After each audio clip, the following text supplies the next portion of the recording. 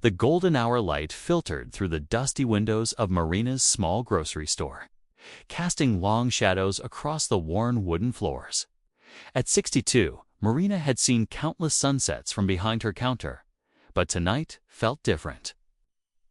Tonight marked exactly 5 years since she'd started her secret evening ritual, one that would soon transform not just her life, but an entire community. Marina's neighborhood market sat on the corner of Elm and 3rd Street, in a part of town that real estate agents politely called transitional. The paint peeled from nearby buildings, garbage sometimes accumulated in corners, and most residents hurried past after dark. But Marina had called this place home for 3 decades. Watching families come and go, witnessing the neighborhood's slow decline, and stubbornly keeping her little store alive when bigger chains had long since abandoned the area. 5 years ago, on a particularly cold October evening, Marina was locking up when she heard a soft whimper from the alley beside her store.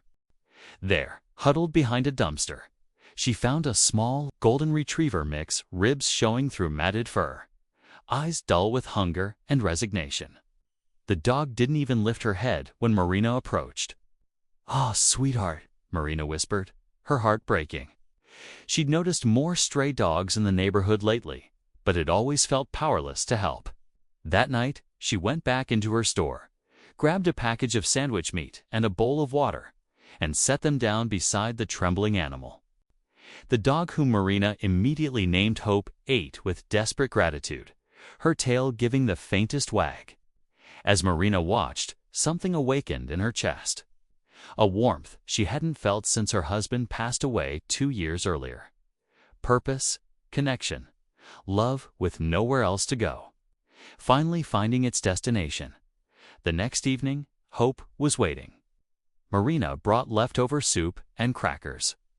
The following night, she purchased actual dog food.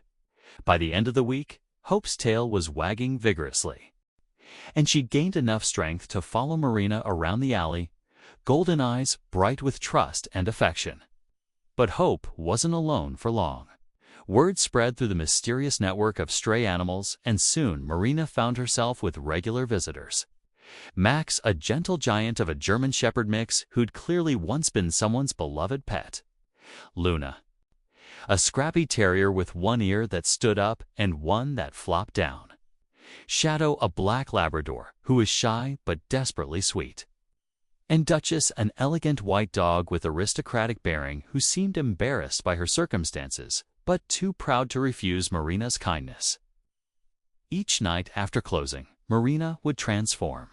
She'd change from her practical store apron into comfortable jeans, fill multiple bowls with food and fresh water, and step into the alley where her friends waited. The ritual became sacred. She'd greet each dog by name, check for injuries, offer gentle pets to those who welcomed them, and simply sit quietly with those who needed space. Marina's modest pension and store profits were tight, but she found ways to stretch her budget. She negotiated with suppliers for damaged pet food bags, organized her own inventory to identify items nearing expiration that she could purchase at cost, and gradually cut small luxuries from her own life. She canceled her cable subscription, chose generic brands for herself, and wore the same 3 sweaters all winter. But the dogs never missed a meal. The transformation in her 4-legged friends was remarkable. Within months, their coats grew shiny, their eyes brightened, and their personalities emerged. Max revealed himself to be a gentle clown who did tricks for extra treats. Luna appointed herself as the pack's protector, always alert for danger. Shadow slowly overcame his shyness, eventually allowing Marina to brush his thick coat. And Duchess, beautiful, dignified Duchess, became Marina's special companion, often sitting regally beside her as she fed the others. But the dogs weren't the only ones being transformed.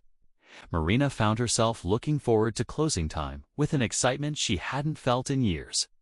Her step grew lighter, her smile came easier, and customers began commenting on the change in her demeanor. She'd catch herself humming while restocking shelves, thinking about Hope's morning greeting, dance, or Max's latest amusing antics.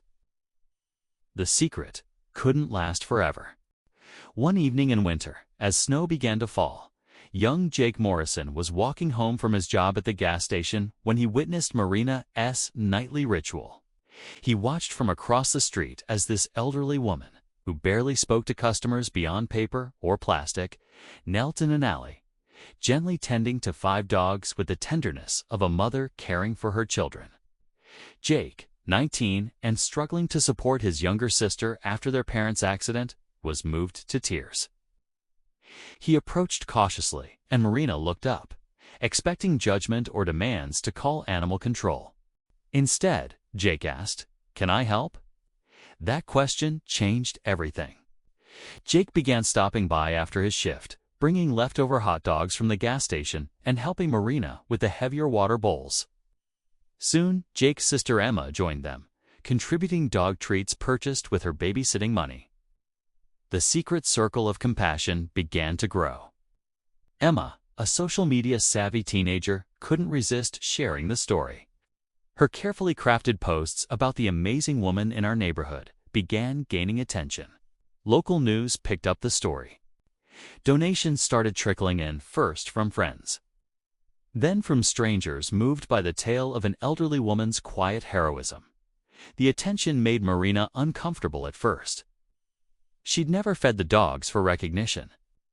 She'd done it because it felt as necessary as breathing. But as donations grew into a steady stream, she realized the opportunity before her.